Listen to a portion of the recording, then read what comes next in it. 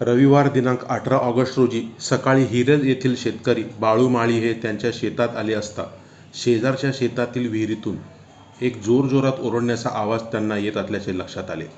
त्यांनी विहिरीजवळून जाऊन पाहिले असता त्यांना विहिरीत एक काळविटाचे पाडस पडलेले दिसून आले. माळी यांनी क्षणाचाही विलंब न करता WCHचे सदस्य सोमानंद डोके यांना फोन करून कळविले. डोके यांनी सुरेश क्षीरसागर आणि संतोष धाकपाडे यांना घटनास्थळी पाठवले. घटनास्थळी जाऊन पाहिले असता विहिरीच्या कडेने खूप झाडे आणि गवत वाढलेले त्यांच्या लक्षात आले. रात्रीच्या अंधारात त्या पाडसाला ती विहीर दिसली नसावी, त्यामुळे ते पाडस त्या विहिरीमध्ये पडले असल्याचा प्राथमिक अंदाज होता. सुरेश क्षीरसागर आणि अमोल जाधव विहिरीत असलेल्या कट्ट्यावर उतरले. एक बाजूने क्षीरसागर आणि दुसऱ्या बाजूने जाधव हळूहळू पुढे त्या पाडसाच्या जवळ जाऊ लागले.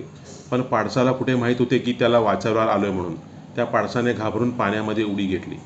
या संधीचा फायदा घेऊन सुरेश क्षीरसागर यांनी देखील पाण्यामध्ये उडी घेतली.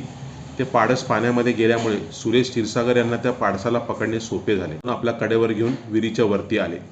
विहिरीच्या वरती आल्यानंतर ते पाडस जोरात ओरडू लागले व निसटण्याचा प्रयत्न करू लागले.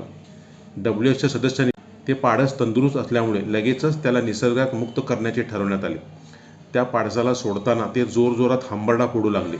त्या पाडसाचा हंबरडा फोडण्याचा आवाज ऐकल्यामुळे त्या पाडसाची आई ची ममता जागृत झाली आणि ती बाजूलाच असलेल्या उसाच्या शेतातून धावत बाहेर आली आणि आपल्या पिल्लाला सोबत घेऊन निघून गेली.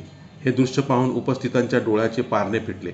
एका वन्यजीवाच्या पिल्लाला त्याच्या आईसोबत पुनर्भेट करून दिल्याचा मनस्वी आनंद झाला होता. या बचाव कार्यात सुरेश क्षीरसागर, संतोष धाकपाडे, अमोल जाधव, बाळू माळी, तम्मा पाटील, गोपाळ माळी, प्रतीक माळी, प्रज्वल माळी, प्रणव माळी, प्रवीण माळी आदींनी सहभाग नोंदविला.